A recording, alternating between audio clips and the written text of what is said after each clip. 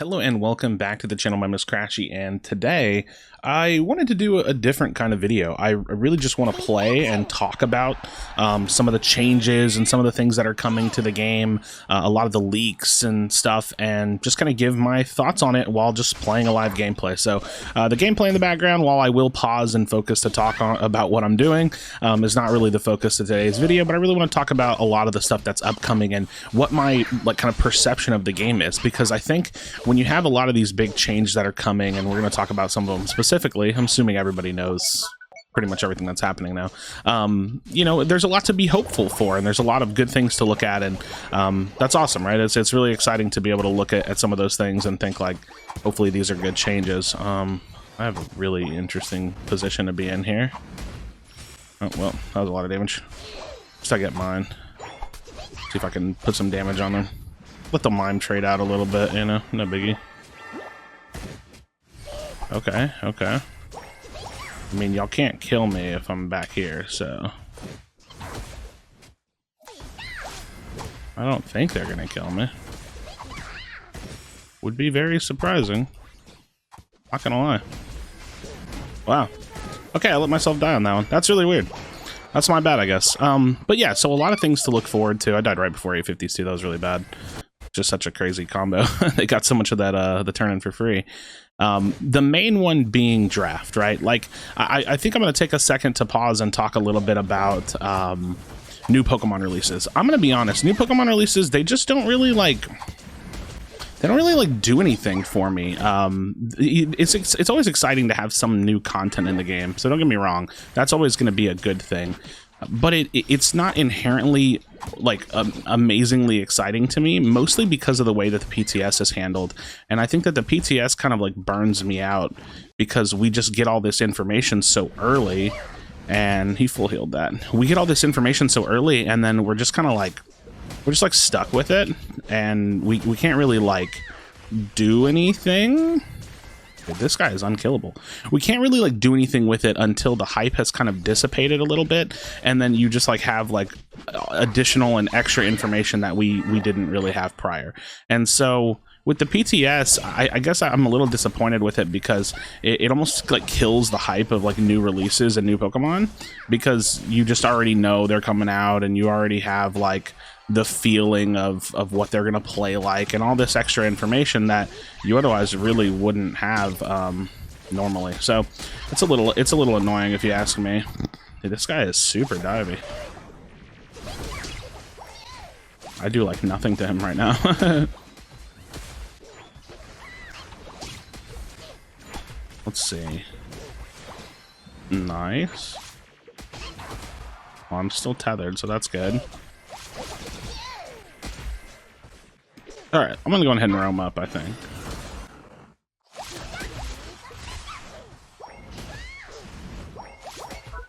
This is silly. This is silly. I really can't do much to this Azumarill.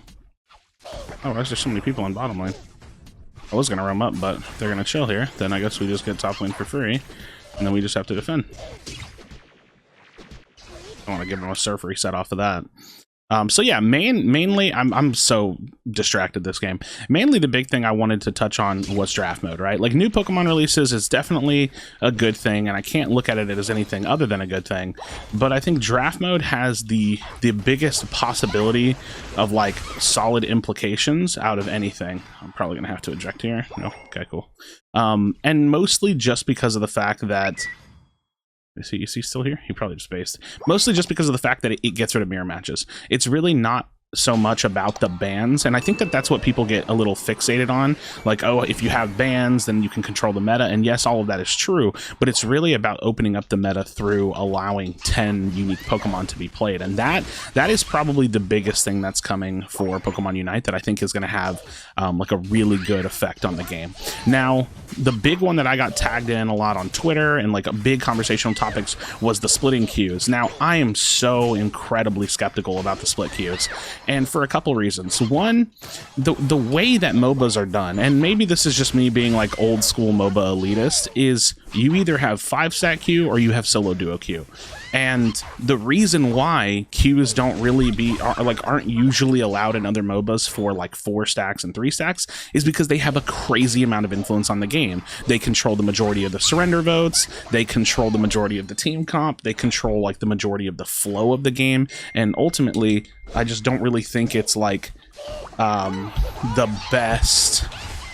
I don't think it's like the best way to run a ranked mode. Like, the best way to run a ranked mode is to have it either be a full-on team environment or to have it be a like solo duo environment. Now, why is solo duo so important? Well, solo and duo is important because that's what the majority of the player base engages with. Like, the vast majority of a player base in a game is not going to be full teams playing the game, right? Like, it just isn't. It's rarely full teams playing the game because the majority of people that play online video games are not always in like a full squad.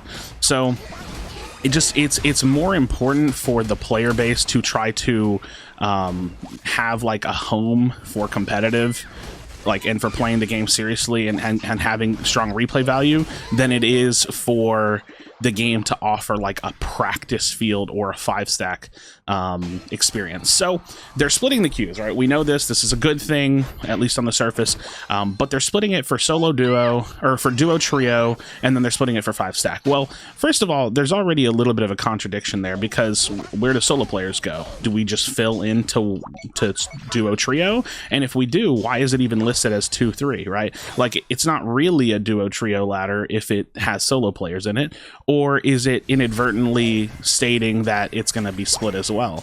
They got a huge overcap on that. So it's either like inadvertently stating or unintentionally or not at all stating that solo players have their own ladder essentially, or they don't have their own ladder and they're kind of left to not have a ladder, which I think sucks. Okay, I have to ult here just to try to defend this, I think. Would like to kill him if possible. Oh no, I can't use Vault Tackle. Okay, there we go. Cool. So yeah, a little bit weird. I'm a little bit sus on the idea of splitting the queues, because not only is it potentially just for matchmaking in the sense that like, oh, these are just the party sizes, but it like we also don't know if there's like split leaderboards, because I think without there being split leaderboards, it's not going to change much.